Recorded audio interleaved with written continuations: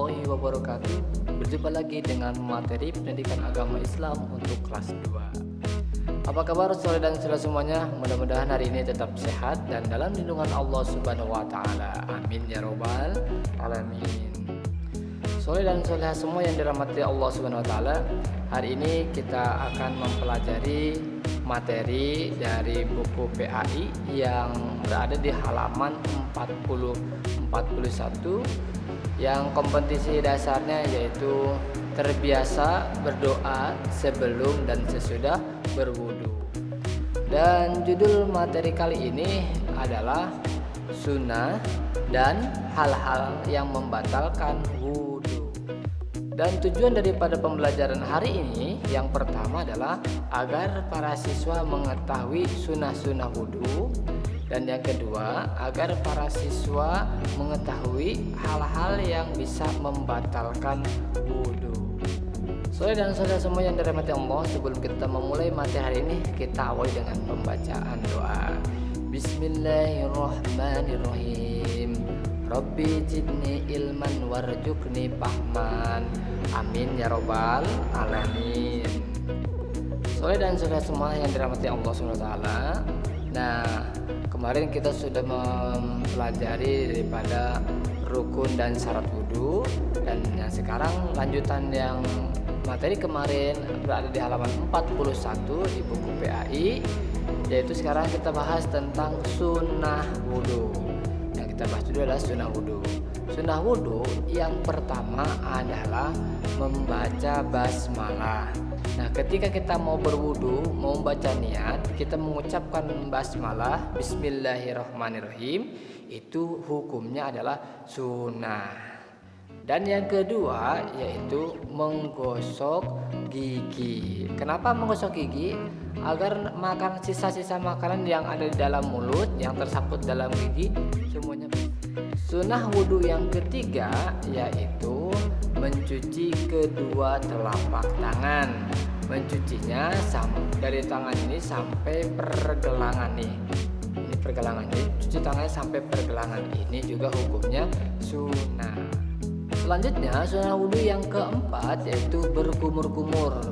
Nah, berkumur ketika wudu kita masukkan air ke mulut, berkumur-kumur itu hukumnya sunnah. Selain kumur-kumur dan juga membersihkan hidung. Nah, membersihkan lubang hidung ini adalah hukumnya juga sunnah. Jadi sunnah wudu yang keempat yaitu berkumur-kumur dan mencuci hidung atau membersihkan hidung.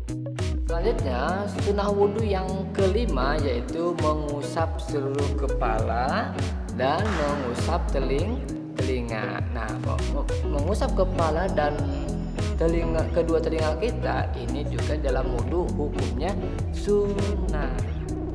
Dan sunnah wudu yang keenam yaitu mendahulukan yang kanan daripada yang kiri. Jadi kalau kita berwudu mendahulukan yang kanan ini, cuci tangan, telinga, kaki, mendahulukan yang kanan daripada yang kiri, itu juga hukumnya sunnah. Dan sunnah wudu yang terakhir yaitu yang ketujuh adalah membaca doa selesai berwudu. Saudara dan soleha masih ingat dengan doanya? Bismillahirrahmanirrahim. Asyhadu an la ilaha illallah wa asyhadu anna Muhammadan abduhu wa rasuluh.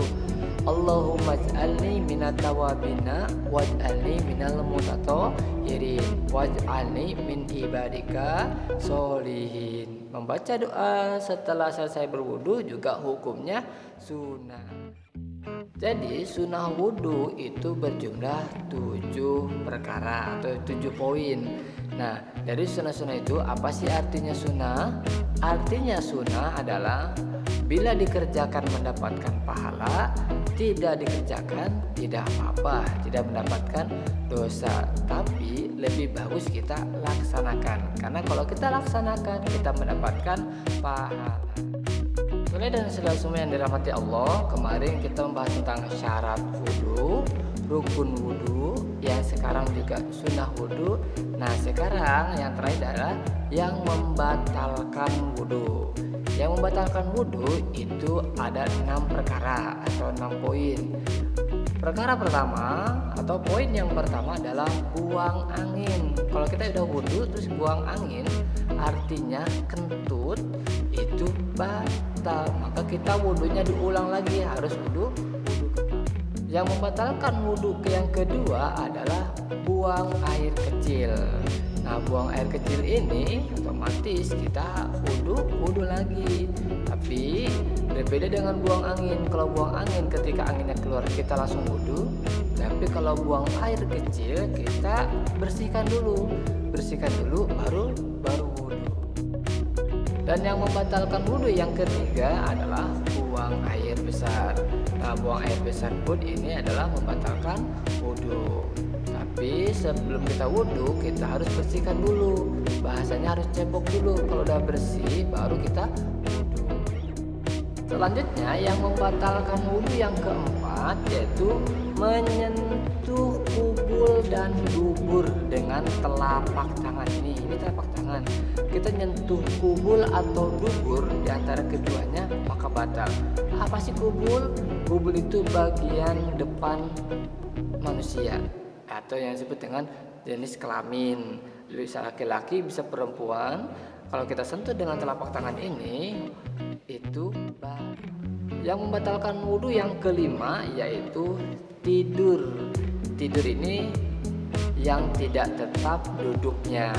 Ketika ngaji atau lagi kita bersembahyang terus kita tertidur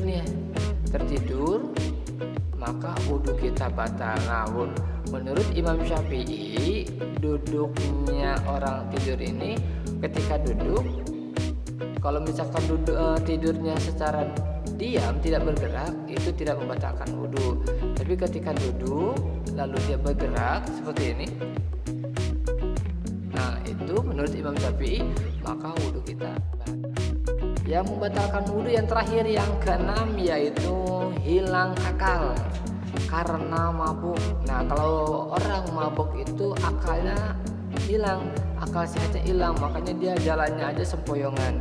Nah, kalau dia dalam keadaan berwudu maka wudhu dia batal. Atau gila, apalagi gila. Kalau udah gila jelas wudhunya batal. Karena kenapa?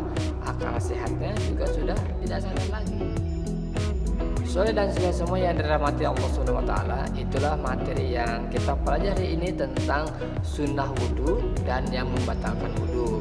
Maka dari itu pesan saya adalah jaga wudhu kalian, jangan sampai batal. Karena kalau kita menjaga wudhu maka insya Allah akan menjaga kita dari hal-hal yang dan soleha. Untuk tugas pertemuan kali ini adalah tugas kalian mencatat atau menyalin ulang doa sesudah wudhu.